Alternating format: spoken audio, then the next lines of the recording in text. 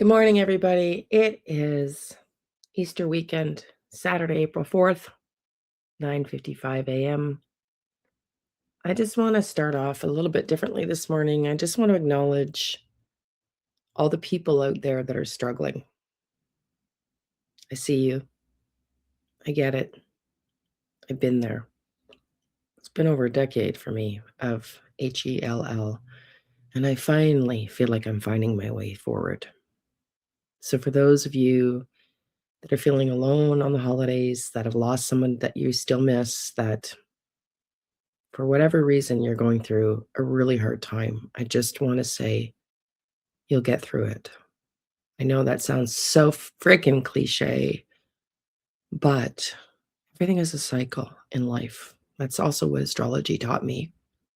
And this too shall pass. So please stay hopeful. Stay hopeful because the only thing we have when things are down and times are tough is this hope, this belief, and this knowing, this conviction that this too shall pass in time.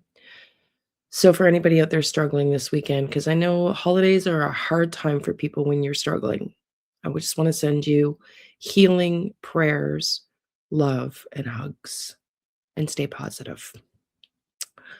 In today's video, we're going to briefly show you Brian Enton's reporting with Allison, who is so beautiful and kind, and has a book coming out April 28th. Just want to show you Bob Kruger.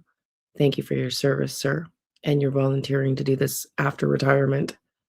He took them out to the desert, and you can see how vast it is and why it would have been pretty hard to have dogs out there searching. Now, the Find Me group has dogs that are trained, given Kelly's location is very close to there. In fact, he was on the Tucson local radio saying, hey, the Find Me group would be hoping that we could maybe help. Now, the dogs would be, a different kind of dog at this point. But they are specifically trained in desert detection. And yet they weren't called. And they're very close. And I'm sure they knew of Kelly's dogs. So why didn't they go searching for her and still haven't searched for her in the desert? Why did they turn down the Cajun Navy's offers to go search? Because a lot of law enforcement people believe that they would have discarded Nancy's body in the desert after they removed her from the home. It's a really interesting question when you think about it. And like a lot of the officers have said, my goodness, we find bodies out in the desert all the time. It's the perfect dumping ground. In fact, I've worked a case, more than one, with the Find Me group where the result was I thought they were dumped in the Arizona desert. And so, not even knowing the climate out there. I mean, I've never been to Arizona. I've never really seen the landscape until Brian Enton's reporting and others have been out there showing us how desolate it really is and how it goes on and on and on and on. So it's just really curious because, Nano's statements about knowing what this was day one, as Ashley Banfield just reported, by the way. I'm just starting to listen to her podcast that came out last night. Love her and Brian, News Nation. And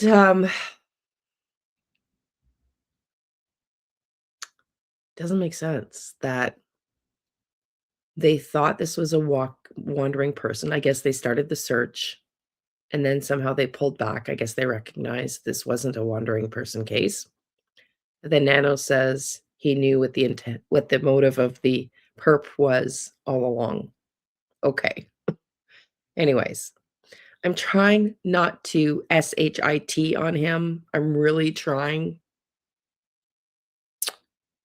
But he's effed this case up. And it might have cost Nancy her life, because if she really was taken for ransom, which Savannah believes, and I believe, because I said it before it happened. I was doing a live stream one of the last live streams I did on Nancy when I changed this format into pre-recorded, I said, we were debating, are they even real? We heard rumors about it, and then I was like, "Yeah, they're real." And then 2 hours later, Savannah and her family, her sister Annie and Cameron and brother Cameron are on video pleading with the friggin' kidnappers. Do you really think the FBI would have put them out there if it wasn't real and traumatized them? I don't think so. So they might have known as soon as the FBI got involved, "Hey, Cameron's right."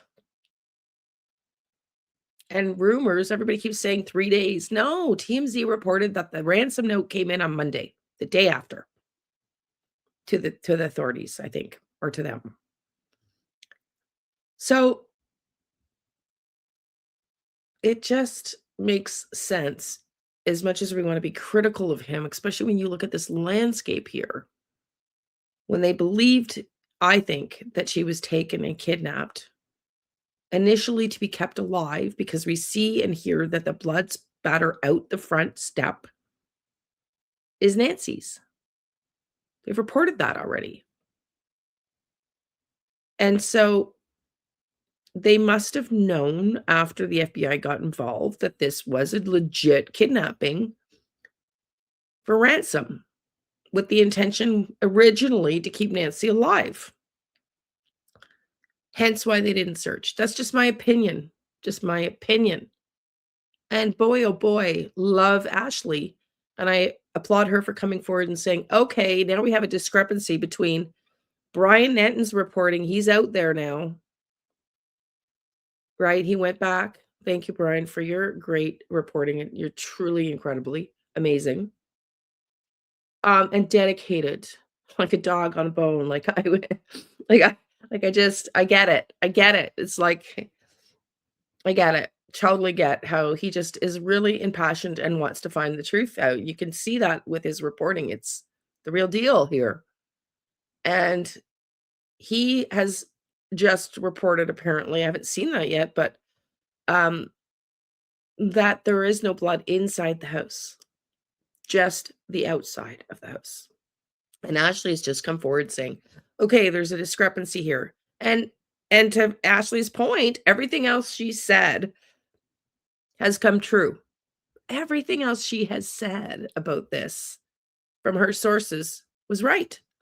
But there's the one discrepancy between her and Brian on whether there was blood inside the house. Now my ears are really perked up because I know it sounds nuts. I get it. Outside the door. I get it. I totally get it. But I've had nurses comment here, thank you to all the beautiful nurses in the world who are watching me, that they see that as blood spatter coming out of a syringe, possibly. So I'm not yet done with that theory, and I am pretty good having grown up in the family that I did. That's being self-critical, self-analyzing, self-doubting, and second-guessing and going, "Okay, checking my ego. Okay, might be my initial thought, but let's go back and let's reassess. Am I right? Could it be wrong?" Do that all the time. It's like ingrained in me. And so again, I was like, "Okay, maybe I'm wrong. Maybe the blood was like Maureen McConnell said, he was carried her over the shoulder and out the door." But now we're hearing there might not even be any blood inside. So it's really, really curious. What was in that backpack?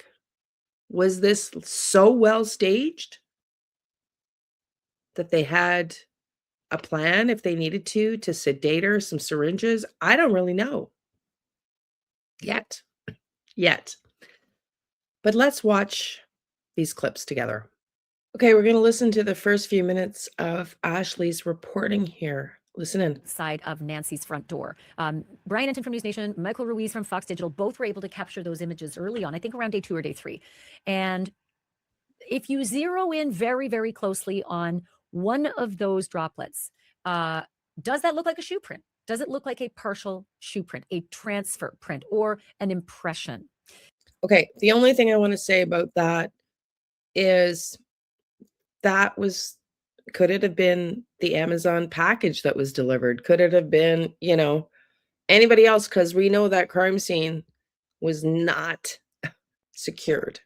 We know that Amazon package was delivered. We also know somebody came in and put a card in the door from elderly services, protection services, right?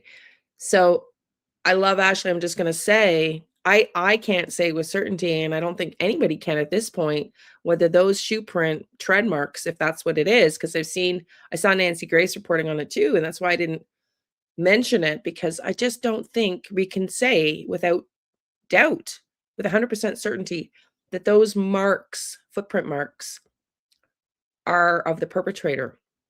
And I also want to say, if the blood was squirted, somebody would still need to be standing there with the syringe to do that. So I don't know that it proves a lot, but let's listen to Ashley's beautiful soul reporting on this and the challenges of reporting. Sorry, Ashley, I just realized I stopped it at a not a very nice look here. Sorry. It's a really good The reporting on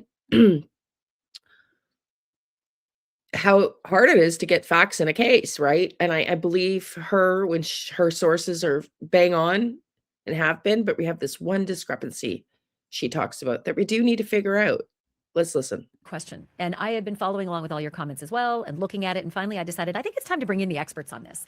And I've assembled 3 very, very good blood experts. They're experts in spatter, in CSI, in crime scene investigation, evidence recovery, all those kinds of things. But specifically, they have a lot of savvy when it comes to blood evidence. And so I'm going to ask all of them, what are your thoughts about these images?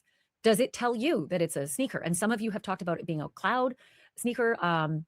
And some of you have said it's not that at all. But I always want to turn to the experts. So in a moment, you're going to hear from 3 experts that I've assembled in blood evidence, Dr. Peter Valentin, as well as Dr. Laura Petler and Dr. Ken Kenzie. And share that with you.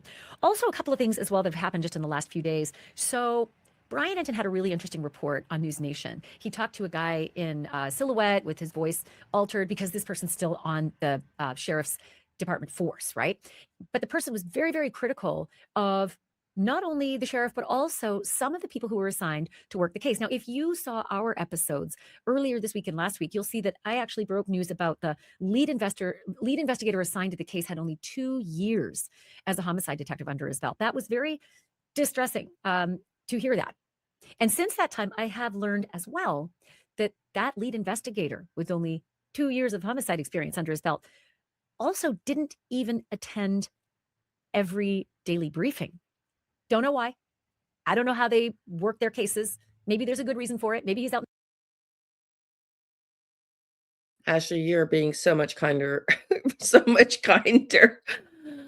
I don't know why either you wouldn't attend the briefing when you've never worked a homicide before. I mean, the whole thing, I'm not trying to put shade on the guys doing the work because we've all heard Nanos is the one that just tells them what to do, when to do it, and maybe they were precluded from attending. I don't know, but it feels like Nanos wanted to bumble this up. I know that's a stretch, but I just, it's very, very, very odd here. Let's keep going. The field, I don't know, but that was sort of an eye-opener to me because that on top of Brian Enton's reporting last night from this law enforcement source he interviewed was that the homicide sergeant who oversees the whole department, right, oversees the lead detective, is a guy who'd never worked a homicide before he showed up at Nancy Guthrie's front door.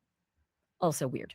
From what we understand, this guy's not a rookie cop, right? It's not that he's never been a detective.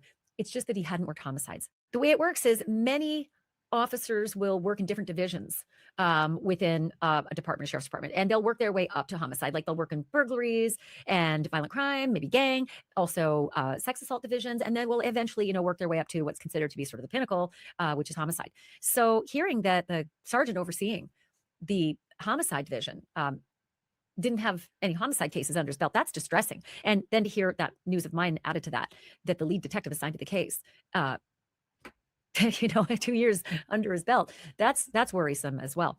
And I'm also learning that he didn't even want to be there, that lead detective. So yikes, talk about a confluence of not very good circumstances, right? Not only that, but Brian Enton learned a few other things that are interesting. He said, well, his source told. And he didn't want to be there. What? It gets more and more disheartening the more we listen to this case. Okay, listen to this part.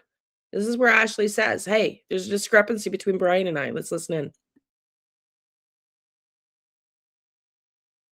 Told him that almost immediately the sheriff and the investigators focused in on this being a missing person. I get that. I do get that. This is an elderly woman, 84 years old, missing, and the back door is open. So could that have been someone who wandered off? Sure. Oftentimes that is, right? Then you get a silver alert, those kinds of things. But there's a lot of criticism from this veteran officer, the source that Brian interviewed, saying that there was like laser focus on her being a missing person in those first few critical hours. Yeah. That was a misstep. There's blood on the front walk, right? And my source says blood on the inside as well of the front entrance of the house. The back door is propped open with flower pots, and so is the gate, the back gate propped open with flower pots, according to my sources. And at this point, of course, they don't know about the guy on the doorbell cam. That doesn't come for well over a week later, so they don't have that. But they do see you should see a missing doorbell camera. There's a bracket there. Maybe inexperienced officers wouldn't notice that. They just see a bracket and not know what that is, or it would just not. You wouldn't think of it. I don't know. In any case, we do know one thing, and that is that the sheriff on February 2nd, easily 24 to 30 hours after Mrs. Guthrie disappeared, had changed his tune and said publicly that they'd thrown all their assets at this, right? But that they're drawing back the assets, that they now think it's a crime. And that Mrs. Guthrie is sharp as a tack. She didn't just wander off. She couldn't wander, she couldn't walk more than 50 yards, I think he said, without assistance. So we know that at least a day later, he had changed his tune to know that there was a likely crime. And they called in homicide. But the source talking to Brian Enton in his report said the first instincts of the folks who'd arrived was that this was a missing person. I know from my sources that at least one of the officers who'd arrived there early said to the patrolman, this is something far more serious. Get out and don't compromise the scene. So maybe there's like a disconnect between what the sheriff thinks and what his department thinks, the guys on the ground, right? No matter what, it's problematic because the first few hours are so critical in a missing persons case. We do know that at least 30 hours later, he's laser focused on it being a crime scene. And we know from my source on day 3 that he's got a laser focus towards family members. Again, not weird that you look at family members in most missing person cases, if not all, you start there. Okay. It's also Now listen in here. This is very interesting. so maybe there's like a disconnect between what the sheriff thinks and what his department thinks, the guys on the ground, right? No matter what, it's problematic because the first few hours are so critical in a missing persons case. First few hours are the most critical in a missing persons case. Literally, there was a girl just found within 32 hours, I think it was, north of Arizona, alive after she went missing. This bumbling beginning of this case, without a doubt, has affected the outcome, in my opinion. Just my opinion. Here's where Ashley starts to talk about the discrepancy between the blood being both inside and outside. Hey, don't get me started. Also want to say that Brian's source said, felt that the scene may have been mishandled, felt that the morale inside the sheriff's department is low, not irreparable once the sheriff has stepped aside, and that still there's no suspect. So lots of breaking information. One area of discrepancy that I'm reading a lot of your comments as well on Brian's reporting and my reporting. I had a source on day 3 that told me there was blood inside the house.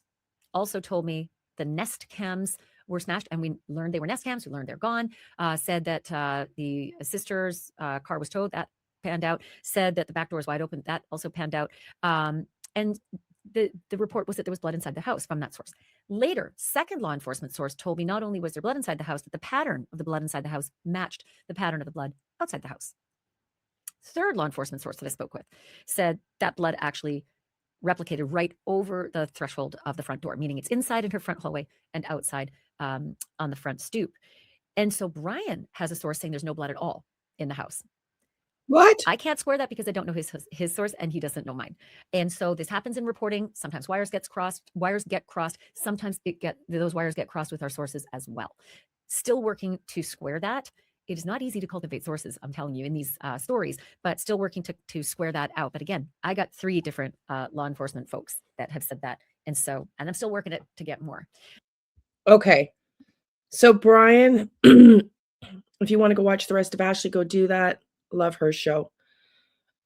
Brian's sources are saying differently than Ashley's that there's no blood inside the house and just what we see outside. Ashley has just said her sources are saying that same blood pattern is inside the house. So we don't really know. But like I said at the beginning of this, until we know for sure if there's blood inside the house, I'm sticking with my theory about the syringe because I felt it from the very beginning when this whole thing felt like a staging to me. And the more we go into it, the more I'm convinced that this is just made to be appearing like something that it was not.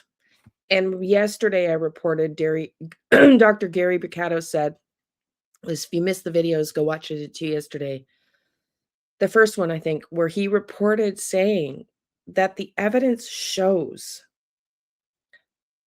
Now, don't quote, I'm not going to quote him per se. So just if I misquote him a little bit, I'm sorry. I'm not a doctor the way he is, but in his research, that sometimes if there is a homicide, to remove the focus away from the home, they will remove the body and then stage it to look like something that it's not, to take the focus away from what happened inside the home. So it's not unheard of. So now I want to move to Brian Enton's reporting with Bob Kruger and Allison on what that terrain looks like. OMG, it's wild. Listen in.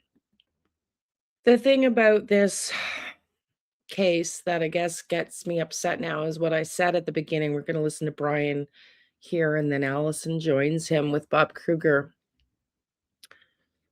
Is if I'm right, and she was removed with the intent of collecting money originally, which obviously the FBI believed, or I don't think, in my opinion, they would have put the family out there on display with all of their trauma and everything to appeal to the kidnappers. Just wouldn't make sense to do that. Just my opinion. And so I just, it begs the question, could Nancy have been saved? It's a hard question to ask, but it's a real question. Okay, let's listen in to Brian Enton here. Today is day 62 in the search for Nancy Guthrie. It's now been well over 2 months. Been working hard this week in Arizona. I had my interview with the source close to the investigation. You can check out my last couple of episodes. The big headlines there that there's no suspect, really no solid leads at this point. No. A lot of frustration within the sheriff's office, a lot of frustration about what I'm told were errors made early on in the investigation. I never got a response from the Pima County Sheriff. I was trying to get a response from him, get a new interview with him, but I was not successful on that front since I've been here in Arizona this week. But in this episode, really, really interesting. I'm going to take you out into the desert outside Tucson. And really, you just drive for, 10, 15 minutes and you are out in the middle of nowhere. And there's been a lot of crime out in these very, very desolate desert areas. I'm going to dig into that, some of the things that have happened in the past out there, some of the bodies that have been discovered, and how all of that could possibly connect back to the Nancy Guthrie investigation. So I'm getting into all of it in this episode. Brian. Okay. We're going to watch it, but I want you to hear what he said. No suspects. No suspects. That is beyond disheartening. Beyond disheartening. Because again, I think they bumbled it at the beginning. But let's watch Brian. I'm going to fast forward out to their desert with Allison and Bob Kruger visit. It's wild. Watch this.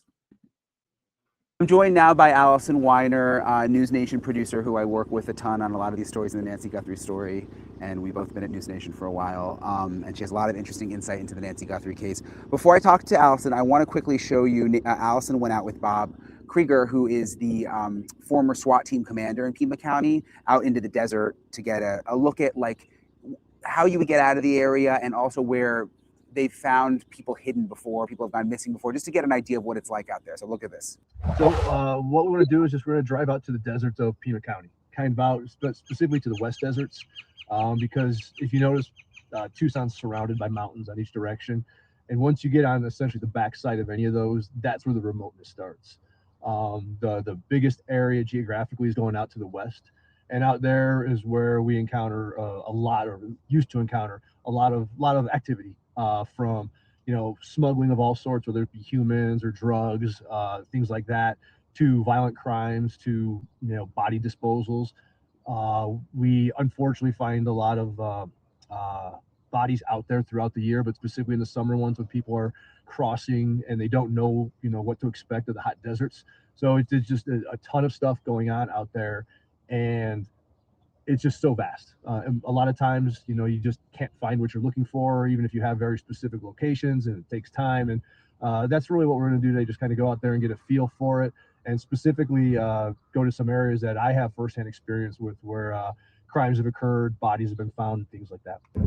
Some of these roads, when I used to work out here, they were like super highways for criminal activity. Yeah. Whether it be people or drugs. Let's take a look around and see where we're going. We're out here in the desert, and the trees are like higher than you are. And then there's a little path behind you. Here's where we drove the car to, and they're over my head and over Bob's head. We are technically on the Saguaro National Monument, but it is what it is. You see the trees. We're starting to get into hilly areas, all kinds of brush that's easily, you can easily hide in, leave things at, get out of sight very, very quickly. And right now we're only, probably less than a half mile from the main road. This little track here will take you 100 miles south and get you into Mexico if you want. In my time with the Sheriff's Department, I supervised our border crime unit for almost 5 years. And we basically lived in this area of the county. From the start of our shift to the end of our shift, we would be out here looking for all the crime, the criminal activity that goes along with just being this close to the border. This unfortunately is an area where bodies have been found. We've had multiple homicide victims, bodies dumped in the area. Specifically, we had I guess we can call him a serial killer. His name was Christopher Clements. He kidnapped and killed Isabel. So there you have it. It's pretty hard to find a body. Bob said, even if they have a specific location. Check out Brian's video. And Allison, I love your middle name. Allison's got a book she wrote. She talks about at the end of Brian's video, April 28th, coming out. And her middle name is Hope. And we started this episode off saying, this Easter weekend, for those of you that are struggling, I want you to remain hopeful, because it's really all we have when times are down, but it's the most important thing. Let me just flash a picture of Allison in her book here for you. It's Murder and the Media. Allison Hope Weiner. I think I can't, let me zoom in. I'm not able to zoom in and see the subtitles, but I think you have enough if you want to go buy her book. It's coming out April 28th. Thank you for your dedication, Allison, Ashley, Bob, Brian. We appreciate you all. Happy Easter, everybody. Keep hope alive for Nancy, for Savannah, who returns in a few days to NBC News. I can't really get the channel in Canada, but I will hopefully be able to watch the YouTube video, should they put that out with there, which I'm sure they will. And Savannah needs our hope and prayers too. Love and light, everybody. Have a great Easter weekend if I don't see you back here, but I will likely be back here tomorrow. I'm going to be doing a remote viewing, some practices with some people from the Find Me group, like I said, tomorrow night after our Easter. And we are going to be, we've started the maple syrup process. I'm making baked beans. I guess I'm not done here yet. I just wanted to say our family has simplified with all the stress over the last few years, and making Easter something more of a brunch instead of a dinner where the kids go out and find chocolate from the Easter Bunny out in the forest behind my daughter's home and retap maple syrup and reboil it. And we have like beans and a brunch type breakfast with some homemade maple syrup that we've been making, or my daughter and son-in-law have been making and boiling down the last few days. And that's kind of what we do to chill out and enjoy the day without the fuss and fanfare, because we had to simplify for financial reasons and for reasons for stress. And so we've all actually learned, amazingly enough, to our surprise, that was one of the gifts of these hardships. So while you're in it, in the thick and the weeds of it, it doesn't feel like there's gifts involved, but there's always gifts in retrospect and hindsight when we go through challenging times. So stay positive, stay hopeful. I'm sending you love, light, prayers, healing, and hugs. See you Sunday. Love and light.